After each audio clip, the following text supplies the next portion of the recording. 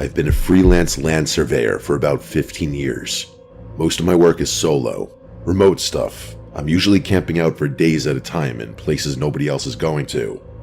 I actually prefer it that way, or at least I used to. This happened about 4 years ago. I'd been hired to survey boundary markers on a parcel up in the mountains near the Clearwater region in Idaho. Remote doesn't even begin to describe it. It was 6 miles of hiking just to reach where I set up camp. I filed my route with the local ranger station like I always do, and I packed a week's worth of supplies. The first day went smooth. I found 3 markers, logged everything, and made it back to camp before dark. The forecast had called for cold and light snow, and that's pretty much what I got. By the second day, though, things started to change. We got way more snow than expected. The next marker was only about a mile out of the way, so instead of calling it right then and there, I figured, what the hell? That was a mistake. I honestly still think about how stupid it was not to just hunker down or make it out of the woods when I had a chance. The terrain was all hidden rocks and icy slopes under fresh snow, so to translate, the worst possible conditions to hike through. I was picking my way down a short embankment when my boot hit a patch of ice I never saw. One wrong step like that and you could die, and I mean that literally. I slid probably 15 feet before catching myself on a tree root. I was lucky not to have slid further, but the pain in my right ankle was instant. I tried to tell myself I was fine, but the moment I stood up, I audibly groaned in pain. I couldn't put much weight on that leg, and I knew it would be a few hours before I'd be able to walk normally. I was so mad at myself, but there was nothing I could do. I abandoned the rest of the work right there. No markers worth getting stranded over. I painfully made my way back uphill to the main trail and started the slow hike back toward camp. But after a few minutes, I noticed boot tracks on the trail, which seemed to have come from further into the woods on my left. They were heading in the same direction I was going, and they looked somewhat fresh, which I could tell by how sharp the edges were despite the fact that it was snowing. I figured it was probably a hunter or maybe someone from the landowner's crew checking on the property. It's not unusual to cross paths with people out there, even in remote areas. I didn't think much of it. I just kept moving, trying to keep as much weight off my ankle as possible. As the light started fading, I began hearing sounds behind me. At first, I chalked it up to normal forest noises, but the more I listened, the more it sounded like footsteps. I kept turning around and looking over my shoulder, but I couldn't see anything. That part of the forest was pretty dense though, so if there were any animals stalking me or something, there's a good chance that I wouldn't have been able to see it anyway. I stopped walking and the sound stopped too. Not right away. There was a delay of maybe 1 or 2 seconds, but they stopped. I froze up and tried to listen for anything out of the ordinary, but there was nothing beyond the wind and snow. I started walking again, and this time the footsteps didn't resume, so I thought everything was good. But then a few minutes later, I heard those damn footsteps again. I kept turning around, but I couldn't see anything. It was especially freaky because I knew I wouldn't be able to run if there was a threat out there. That was the worst part. I would have loved to investigate or try to scare off whatever animal was stalking me, but I didn't have the mobility to do so. So I just kept moving. But then I heard something metallic off to my left. I don't really know how to describe it. It was this low sound, like something lightly hitting a fence post or a piece of equipment. It was freaky because there wasn't supposed to be anything but trees out there, so I had no idea what could be making a metallic sound of all things. The sounds must have distracted me, because it dawned on me that I hadn't been keeping track of those footprints I noticed earlier. I looked down and realized they were gone. I turned around frantically, but I couldn't see when they had branched off or if they had turned around or something. I kept looking to my left, trying to see through the trees so I could at least spot whatever had made the sound. My eyes locked onto something, and the alarm bells started going off in my brain. There was another set of footprints coming out of the tree line on my left, running parallel to mine through the snow. They weren't that far away, which was the most concerning part. Whoever had been ahead of me on that trail was now walking alongside me through the trees. At that point, I was so scared that I wasn't thinking straight. I should have kept my mouth shut. I should have just kept going.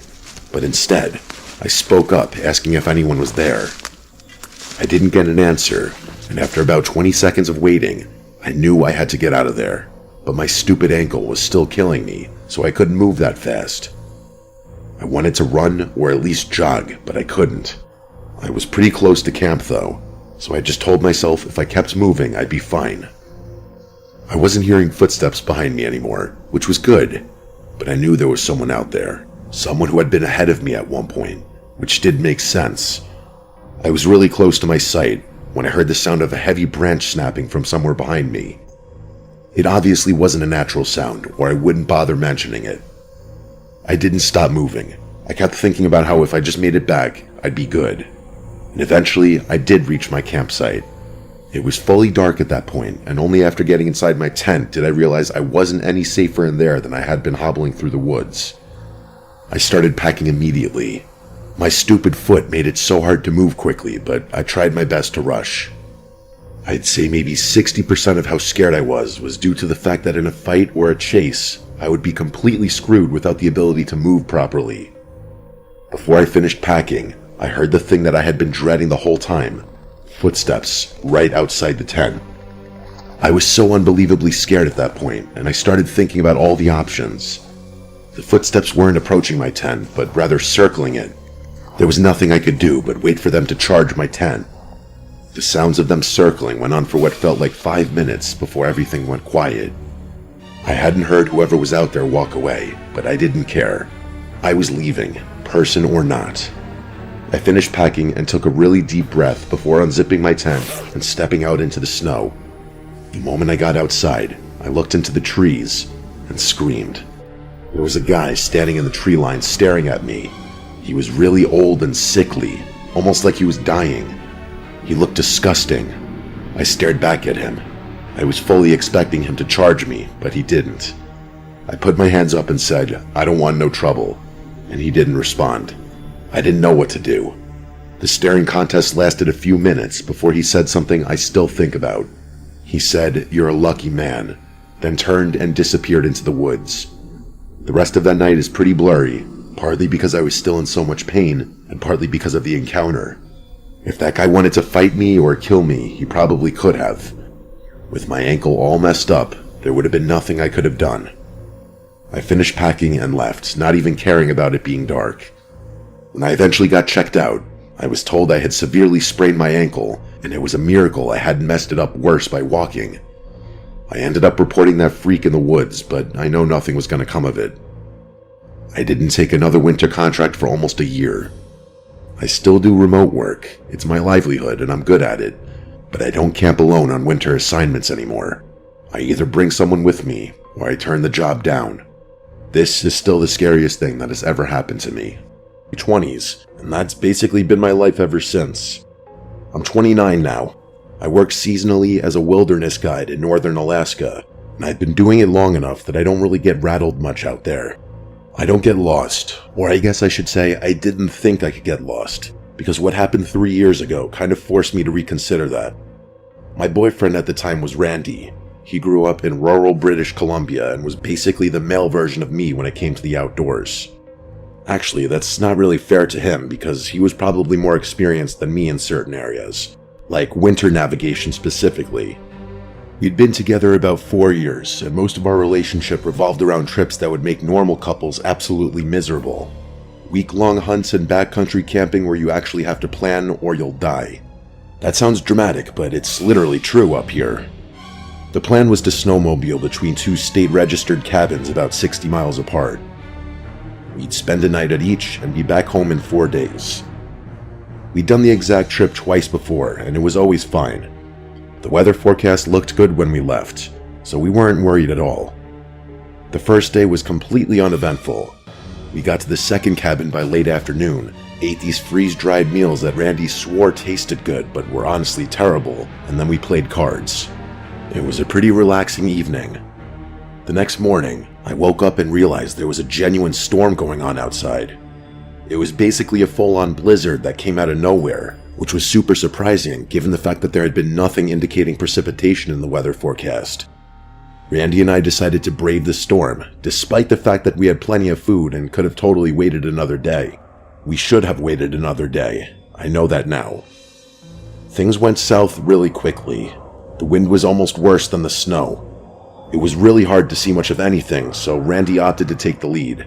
I was just following the path of his snowmobile, which was admittedly a lot easier than navigating the terrain in low visibility without anything in front of me, which is why I don't blame him for what happened. I don't really know how it happened, but one second Randy was just plodding along, and the next, his snowmobile was on top of him. I jumped off mine and ran over to him, but it was too late. His leg was bent in a way legs should not bend. Keep in mind, this was a guy who had once finished a 2-day trek on a sprained ankle and didn't even mention it until we were back at the truck. The first thing I tried was getting him on my snowmobile. That was the obvious move, just get him on the back and ride us both to the cabin. But Randy's 6'2" and probably 220 at the time, and those aren't like ATVs where you can just throw someone on the back and go. An Arctic Cat in deep snow is already a lot of machine to handle by yourself. I got him up once, kind of half dragged him onto the seat behind me, and he lasted maybe 10 seconds before he slid off the side. The sound he made when he hit the ground is something I never want to hear again. I tried one more time, and it was worse. He couldn't grip with his legs at all, and every time the machine shifted even slightly, he'd start to go, and there was nothing I could do to hold him and steer at the same time. After the second attempt, he told me to stop, and the way he said it, he wasn't asking, he was telling me. That's when we both kind of accepted what the actual plan was going to have to be. I pulled out the satellite phone, and my hands were shaking so bad I almost dropped it.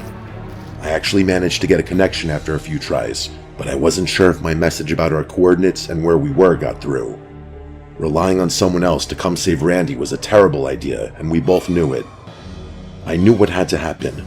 I'd leave him sheltered with everything we had, then take my snowmobile and push for the nearest cabin to use the emergency radio. There wasn't really a discussion about it. Randy just looked at me, and I looked at him, and that was it. I got him set up with every extra layer we had and marked our coordinates on my GPS. He told me to be careful, and then he told me not to do anything stupid, and then I just left him there in the snow. I was navigating mostly by feel and GPS, but the circumstances seemed so dire that I was having trouble not freaking out. After about 45 minutes, things started feeling off, like landmarks weren't matching up and the terrain didn't look right. I kept telling myself it was the snow messing with my perception, but the feeling just got worse and worse, and then I saw smoke through the trees to my left. I angled toward it, thinking I somehow looped back to one of the cabins, but the structure didn't match either one. It was smaller and kind of ugly, honestly, with one side almost buried in a snowdrift. There was a faint glow from inside, and the smoke was coming from the chimney.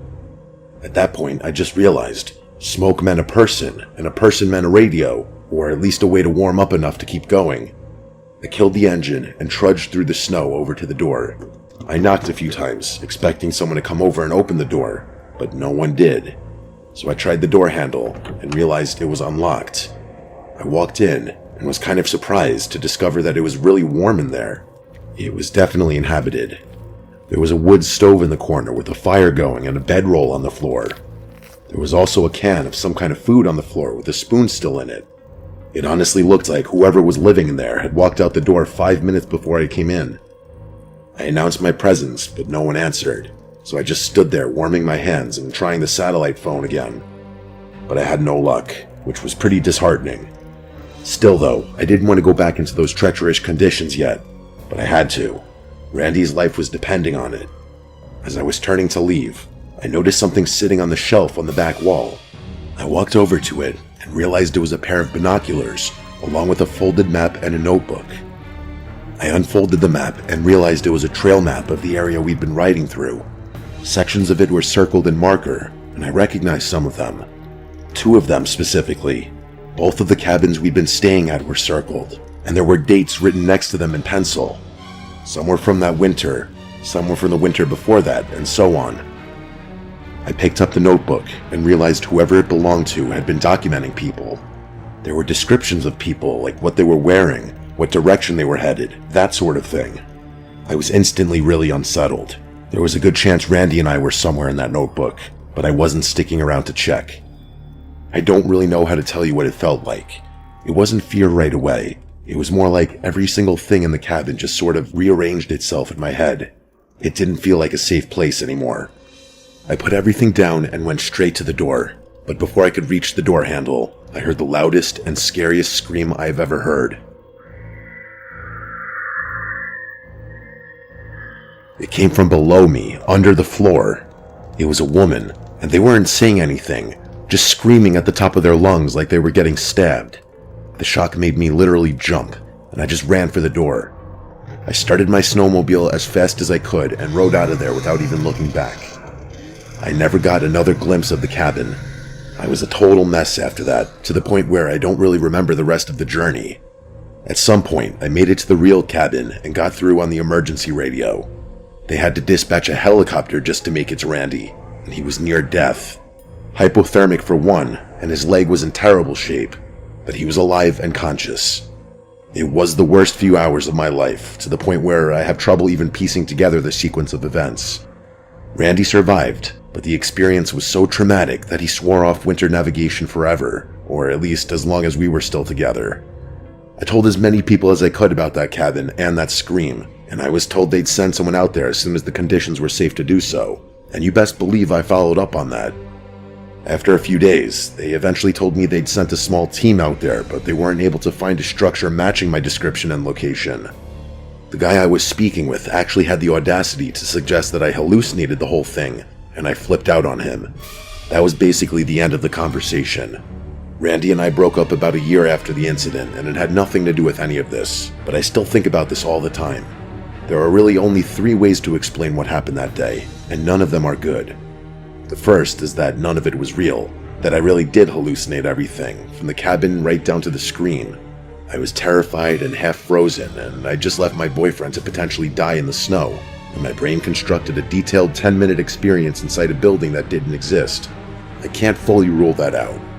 The second is that it was real, and that person screaming was someone who needed help, someone who I just left there, probably to die. The troopers either couldn't find the place or didn't try hard enough, and whoever was under those floorboards, I don't even know what could have happened to them. The only other explanation is that it was some kind of trap. Maybe the smoke and the light were supposed to draw someone in, and whoever wrote those notebook entries had been tracking people through that area for a while, looking to kidnap someone or God knows what else, and I had walked directly into it, or worse, maybe that trap had actually worked. That scream, maybe that was someone unlucky enough to walk into that cabin sometime before me, and if I had gotten there a little earlier, it would have been me under those floorboards. I'm not sure what to make of any of this. When I was a junior in high school, there was this girl I spent a lot of time thinking about. Her name was Sienna Rawlins. She had this alluring presence about her that's kind of hard to explain, but I'll try my best. She was really pretty, of course, but it was more than that. She had this mystique that I could never decipher, a mystique that you wouldn't typically associate with a generic pretty girl. She wasn't popular, and I got the impression that a lot of guys, girls too, were more intimidated by her than anything else. She wasn't warm and she didn't smile, and most people regarded her as weird. I didn't. I actually found her uniqueness kind of fascinating. Catching eyes with her would freeze me up, kind of like the way your body adjusts to a cold room or an unexpected gust of wind. She reminded me of snow, honestly, the way that a light snowfall can muffle everything around you, including your own thoughts. She had that quality, but it was like no one noticed but me. People just thought the way she kept to herself and never spoke was weird, but I was always dying to know what she was thinking. I read a lot of young adult fantasy novels around that time, so that probably had something to do with it. I wrote a lot around that time too. I actually named one of the characters in the story I was writing Sienna. You could say I was obsessed, but I also just liked that name. Anyway, I was walking up the stairs with my friend George one day, talking about that exact story, when he asked me what the characters' names were. So I told him, and of course, as soon as I mentioned the name Sienna, who turns the corner but the actual Sienna, walking with one of her friends? She flashed me a smirk, the closest thing to a smile you could get out of her, and she said, "Yeah, because you love me," or something along those lines. I was so embarrassed, and George started laughing, which made it even worse. She was already moving past me, clearly not interested in continuing the conversation, and my window was closing. I don't know what came over me, but right there on the spot, I asked her out. That actually got her to stop, and she gave me one of her famous icy stares. She didn't even have to speak. Her eyes communicated everything. How dare you even ask me that? But then she surprised me. She actually agreed and gave me her number. Then she said she'd text me and walked away, not even letting me respond. I was shocked, but that's how I ended up going on a hike with the girl I was obsessing over for months. The hike wasn't my idea, by the way, none of it was. She organized it all, and I got the impression that I had no choice but to go along with whatever she wanted, and I was fine with that. So fast forward to the weekend, and Sienna's driving us out to this trail she picked. I'd never been to it, and neither had anyone I knew. The drive was about 45 minutes, but it felt like 10 because I was so in my head. Sienna had her window down and was playing music from her phone, stuff I didn't recognize, which tracked. We pulled into this gravel lot at the base of the trail. There were maybe 2 other cars there. Sienna didn't even think twice. She just started walking and I followed. For the first 20 minutes or so, things were actually great. Sienna was more talkative than I'd ever seen her, which admittedly still wasn't that talkative, but for her it was a lot. She asked me about the story I was writing, which was kind of embarrassing, but I gave her a rough summary while not trying to sound like an idiot. The trail narrowed after a while and the trees got denser. We hadn't seen another person since the parking lot. At some point, the trail split into a fork. I asked Sienna which way, and she pointed left without hesitating. I asked her if she'd been here before, and she said no. I found that a little strange, especially considering how definitive she seemed to be about everything, but I didn't say anything. The left fork was noticeably less maintained. I started to get the feeling we were going the wrong way, but I wasn't going to question her. I must have been really in my head about that, because at one point, I realized I couldn't hear Sienna's footsteps behind me anymore. The trail had gotten so narrow that we were walking single file, and I had taken the lead since she had gestured me to go first. But when I turned around to check on her, she wasn't there. The trail behind me was empty. I yelled her name, but I didn't get a response. I was confused, so I started walking back the way we had come. I made it back to the fork, and she wasn't there either. I figured she had probably stopped to use the bathroom and didn't want me to notice, which was a reasonable enough explanation. But I looked around some more and realized there was no side trail for her to wander off on. She was just gone, so I decided to try the right fork. To my surprise, that side was even more overgrown, and the further I walked, the less it felt like a real trail. I kept calling her name like an idiot, but I didn't know what else to do. I couldn't imagine why she would have abandoned me, so I genuinely thought it was an honest mistake or something. At one point, I heard a branch snap somewhere off to my left, deeper in the trees, and then when I looked over, I saw movement. Something shifted behind one of the thicker trees. I instantly knew what was going on. It was Sienna messing with me. That would have been on brand for her, so I figured I'd turn the tables on her and surprise her before she could surprise me. I slowly walked over to the tree as quietly as I could, and at the last second, I jumped to the side to scare her. But as I was mid-yell, I realized it wasn't Sienna. It was a man. I was horrified, but it was too late. I was inches away from this tall, middle-aged looking man who didn't seem scared in the slightest. I instinctively took a few steps backward, and the guy just stared at me. Before he could say anything, I blurted out that I was just looking for my friend or something like that, which in hindsight was a completely useless thing to say. He clearly didn't care. He started walking towards me, so I turned and started walking back toward the trail, trying not to run. But then I heard a second sound, this time from my right. I looked over and saw another person moving through the woods. The second guy wasn't even trying to hide. He was just standing in the open watching me, and he was holding what looked like a tree branch in his hand. That's when I just ran. The second guy was blocking the path back to the trail, so I was just running through the woods with no real sense of direction, hoping there was another way back to the main trail. As soon as I started running, both men started running after me. They weren't even trying to be quiet about it anymore. I ran for a few seconds, but it was hard because the woods were so dense. Before I could react, something grabbed my ankle and I fell. It was the first guy, and he was trying to pin me down. I screamed and kicked, and by some miracle, I was able to get him off me. I scrambled back to my feet and kept running. My mouth was full of blood at that point. I don't think they followed me after that, but I didn't care. I ran until I found the trail, then kept running until I made it back to the parking lot. Sienna's car was still in the lot, but the other 2 cars were gone. Sienna wasn't anywhere in sight, which freaked me out. I started thinking those guys who had tried to catch me got her, and that she was in danger. I didn't know what to do. I must have called her phone like 10 times, and she didn't pick up. I was just about to call the police when she texted me, asking where I had gone. I was typing a response when I looked up and saw her walking out of the tree line completely calm. I yelled at her to hurry, trying to explain what happened, but she didn't seem fazed. I told her I wasn't kidding, but she seemed more irritated than anything. Either way, we got in the car and started leaving. I told her everything, and she still didn't seem particularly moved, which was absolutely insane to me. That's when I demanded to know where she had gone. She told me she thought I had gone ahead without her and that she was trying to catch up the whole time.